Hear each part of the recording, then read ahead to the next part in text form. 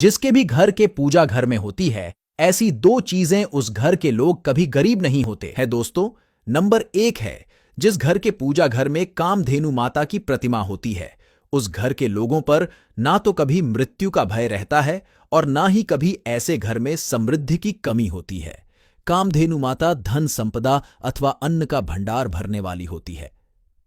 इसलिए घर के पूजा घर में कामधेनु माता का या तो चित्र रखना चाहिए या उनकी प्रतिमा जरूर रखनी चाहिए, यानी मूर्ति जरूर रखनी चाहिए। ऐसा करना बहुत शुभ माना जाता है।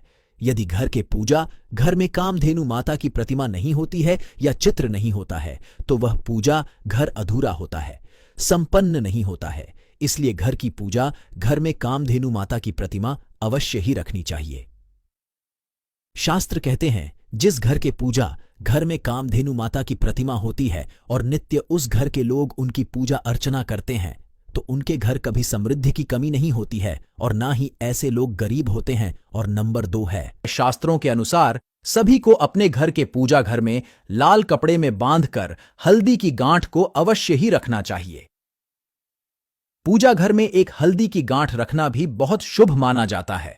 घर के पूजा घर में यदि लाल कपड़े में बांधकर आप हल्दी की गांठ को रखते हैं, तो आपके घर में समृद्धि की कभी कमी नहीं होती और धन संपदा से आपका घर सदैव भरपूर रहता है। शास्त्रीय तौर पर यह एक विशेष उपाय के रूप में भी कार्य करता है। इसलिए आप अपने घर के पूजा घर में छोटी सी लाल कपड़े में बांधकर हल्दी की गांठ जरूर रखें। इसी के साथ ही घर के पूजा घर में शंख रखना भी बहुत शुभ माना जाता है।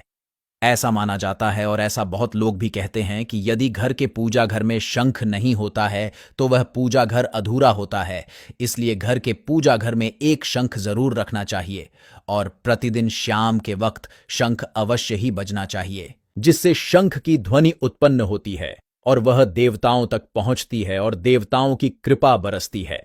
क्योंकि शास्त्र में बताया गया है कि शंख की ध्वनि से देवता आपके घर की तरफ आकर्षित होते हैं और वह अपनी कृपा दृष्टि बनाते हैं।